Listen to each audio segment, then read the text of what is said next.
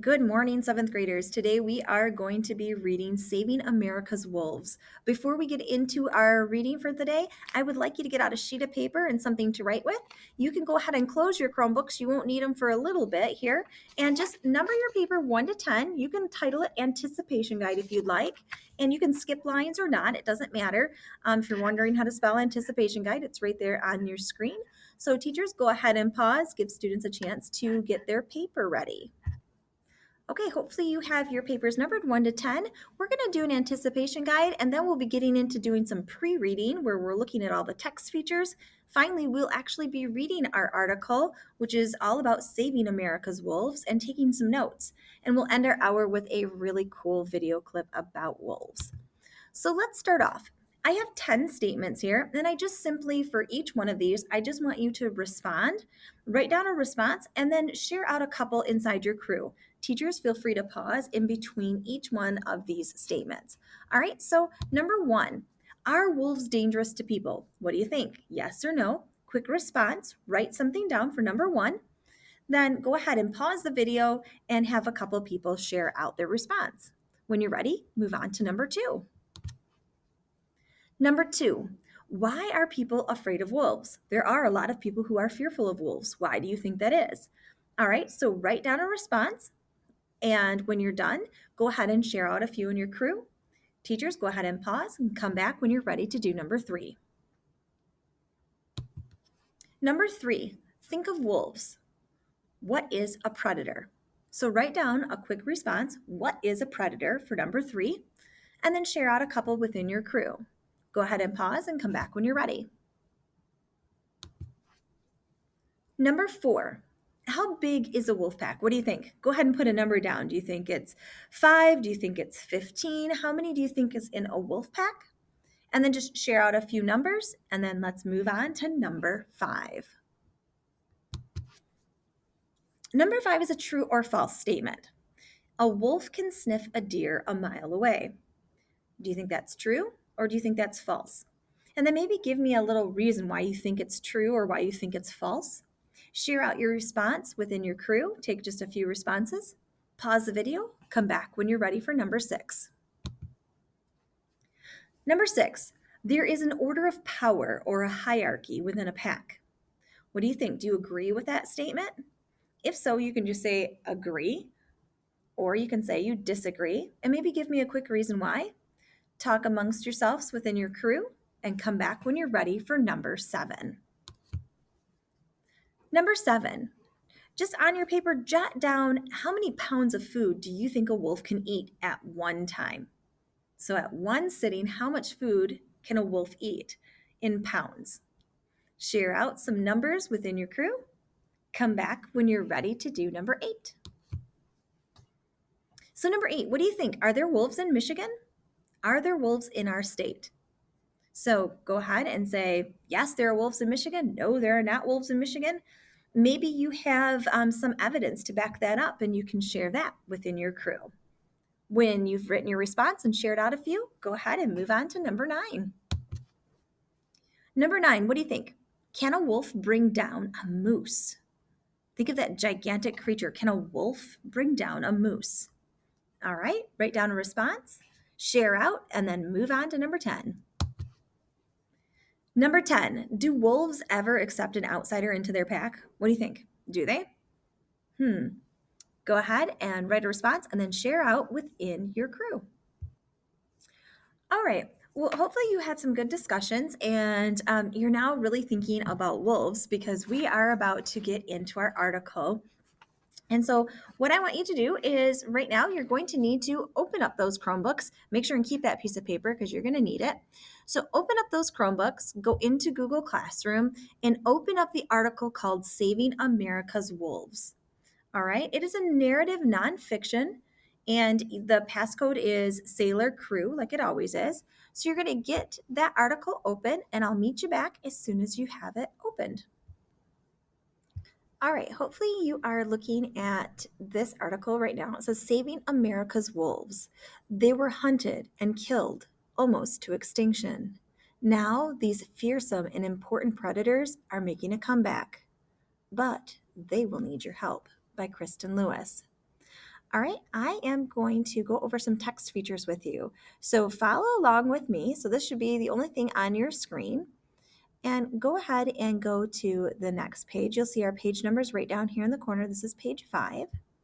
So I'm turning right now to take a look at page 6 and 7. So I'm going to zoom this in a little bit so that you can see it better.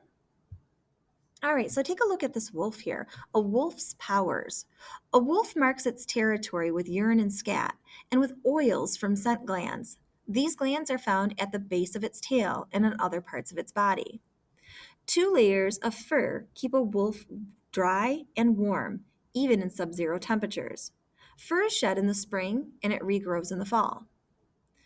Wolves howl to communicate with each other. They may share in a group howl before a hunt. And the nose here. A wolf's sense of smell is 100 times better than a human's.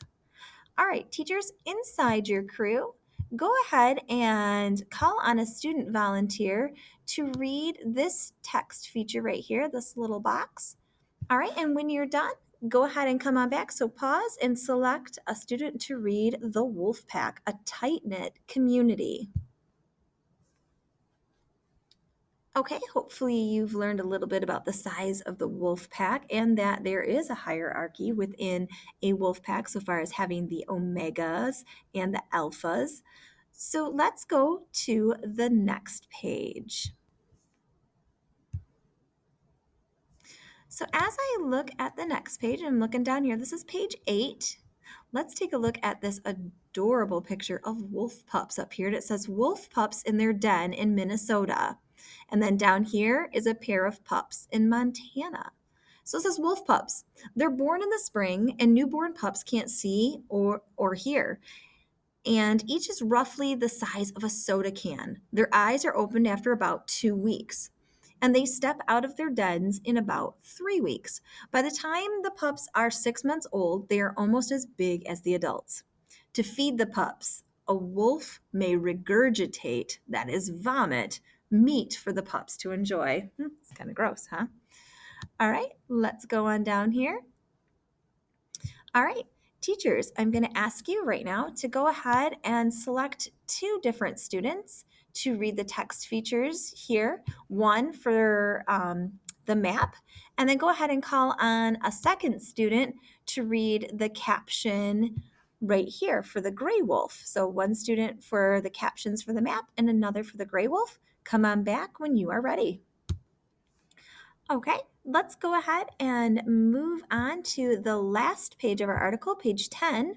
And looking at this page, let's look at this text feature right here. It says, a gray wolf with a radio collar in Denali National Park in Alaska. Radio collars, scientists use radio collars like this to track and study wolves. When trying to collar a wolf, scientists in helicopters are careful not to chase a wolf for too long. If they can't catch a wolf within a few minutes, they leave and they try another day. That way, the wolf doesn't become too stressed or exhausted. All right, so now you've taken a look at all of the text features. Let's go back to the first page of the article.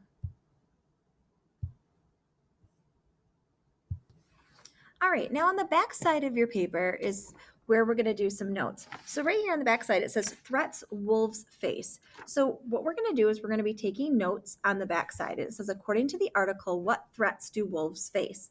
So while we're reading, we're going to be jotting those down on our paper. So go ahead and flip it over and get ready to take some notes. And let's get started reading our article and really focusing in on what threats do wolves face. All right, here we go. Imagine you are a gray wolf in the Montana wilderness. You are one of the most fearsome predators on Earth. Your 42 razor-sharp teeth can rip flesh and crush bone. You can sniff out a deer a mile away. Animals many times your size flee in terror at the sight of you. You aren't just any wolf either. You are the alpha of your pack. That means you are the leader. You dominate the 7 other wolves in your pack, standing tall and proud over them. You decide when the pack eats and when the pack travels. You also decide when the pack hunts. Your kills are as dramatic as the high-speed car chase in an action movie. You will stalk a herd of elk for days and days before choosing one to eat. You aren't afraid to go after an elk that is 500 pounds heavier than you, though you do prefer the weakest ones, the oldest or the youngest or the sickest. When you're ready to strike, you and your pack work together in deadly harmony. You chase your target until it's alone, separated from its herd, and utterly exhausted. Then you and your pack pounce, latching onto the elk's neck and legs with your powerful jaws, until at last the elk collapses in a bloody heap. You and your pack then begin to feast, your bellies swelling with flesh, your faces turning red with blood. As a wolf, you are more than a magnificent predator. You are an apex predator at the top of the food chain. But in spite of your powers, you face many threats. One kick from an elk or a moose can break your jaw. Diseases like mange can cause you to lose your fur, leaving you shivering in the cold. Other wolves can challenge you to a deadly fight for control of your territory. But there is one creature that threatens you more than any other: humans. For hundreds of years, humans in America have hunted, poisoned, and trapped your kind. They have driven your species almost to extinction, and they aren't finished with you yet. It's a brisk winter day, and you and your pack are trotting through the snow when you sense that a human is drawing near. Fear washes over you. A member of your own pack was recently shot by a human. You tried to help him as best you could, licking his coat and bringing him food, but he did not survive his wounds. You still mourn his loss. Is a human now coming to kill you too?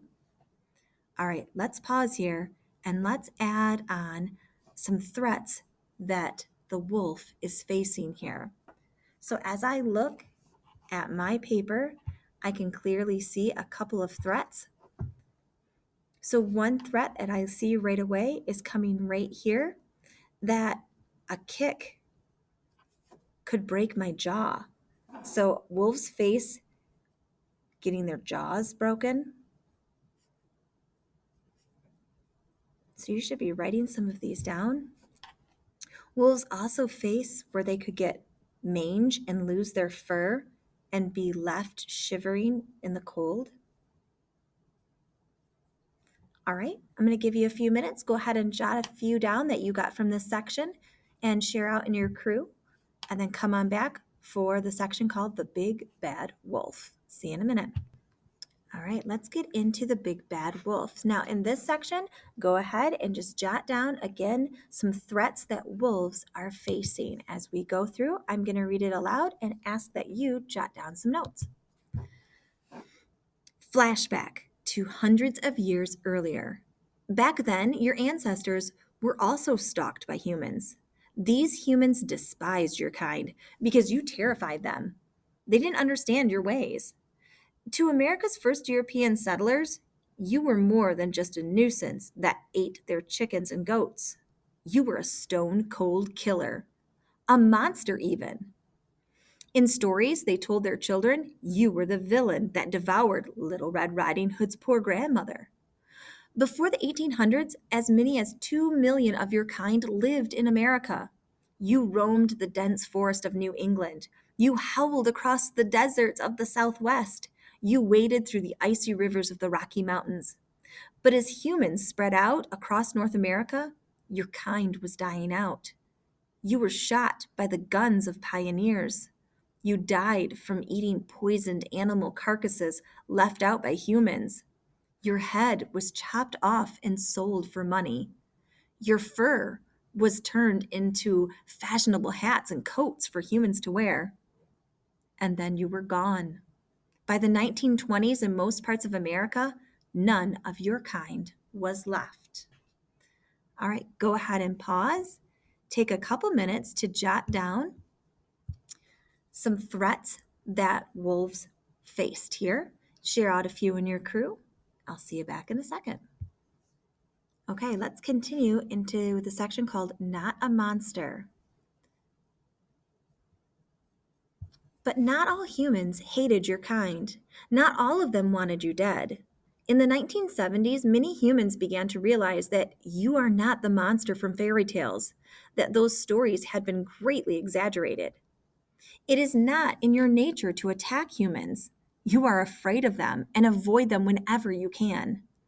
Humans began to understand that the earth needs you. After your species disappeared, the populations of elk exploded. That's because wolf packs like yours weren't there to hunt them. The elk gobbled up the trees and the grasses and other animals needed for survival. Birds couldn't build their nests, beavers couldn't build their dams. And without beavers building dams and rivers, the rivers became more powerful and deep, which changed the type of plants that could grow nearby. In addition, coyotes, ravens, and other scavenging animals lost a food source. They could no longer pick at the carcasses that wolves left behind after a kill. Today, scientists have a special name for the species like you: keystone species. Like sharks and lions, you are a necessary part of the habitats where you live. Without you, ecosystems drastically change. Many humans began to say that killing off wolves had become a terrible mistake. So in the 1990s, experts from the US Fish and Wildlife Service hatched a bold plan to bring you back. All right, at this time, I'm going to ask that inside your class that you go ahead and read Once Again Howling, this section, which is going to basically be all of page 8 and page 9. In your classroom, you can choose to read it aloud as a whole class, maybe taking turns reading paragraphs at a time, or you can silently read it. Go ahead and pause the video, come back when you have read that section. This is where we are going to come back together right here where it says coming home. So go ahead and start it back up when you're ready to read Coming Home. All right, now that we are back together, I'm in the section right here called Coming Home. All right, let's finish out our article, which brings us back to you on that winter day when you sensed a human nearby. You do not know what it is, you do not know what is about to happen, but your instincts tell you that you are in mortal danger. Suddenly, a deafening noise thunders from the sky. The noise comes from a helicopter, but you don't know what a helicopter is. You break into a full speed run, zigzagging across the snow. But you aren't fast enough to outrun the flying metal monster that is chasing you. Minutes pass. Your muscles ache. You grow weary, but you don't stop running. The helicopter swoops low. There is a man perched inside. He has something aimed at you, and then, click, your body collapses. Everything goes dark. You are not dead. This human did not come to kill you. He came to help you. It wasn't a bullet that hit you. It was a tranquilizer dart, which has put you into a deep sleep. The helicopter lands nearby. A man hops out and rushes to your side. He is a wildlife expert who has dedicated his life to studying and caring for your species. He and his highly trained team set up a makeshift station in the snow. They take your blood to study and see what diseases you've been exposed to. They weigh you, check your teeth, and measure your paw size. They record their observations in their journals. They work quickly. They must finish before you wake up. They know that if you are exposed to humans, you could lose your fear, and you may be more likely to wander close to where people live, and that could put you in danger. Finally, they put a collar around your neck that has a special radio inside. This radio collar will help them track your movements and learn more about your habits and behavior. Everything they learn will help them better understand you and your kind. Of course, you don't know any of this. You're still fast asleep. When you wake up, the human who had been chasing you seems to be gone. So too is the terrible noise. You stand, snow flecking your muzzle. You lift your head high and let out a long howl. In the distance, your pack howls back to you. They are waiting for you to come home. All right. That finishes our article. What I'm going to ask you to do now is I'm going to ask you to go ahead and keep these notes. You're going to need them for tomorrow. Tomorrow you're going to have an assignment. It will be on paper. Unless you're a virtual student, then it will be posted virtually. Okay, so right now we finished our article. I'd like to finish out our hour watching the top 10 facts about wolves. So at this point in time, teachers, go ahead and play this video clip for students, and I will see you back here tomorrow. Have a great day, sailors. Bye.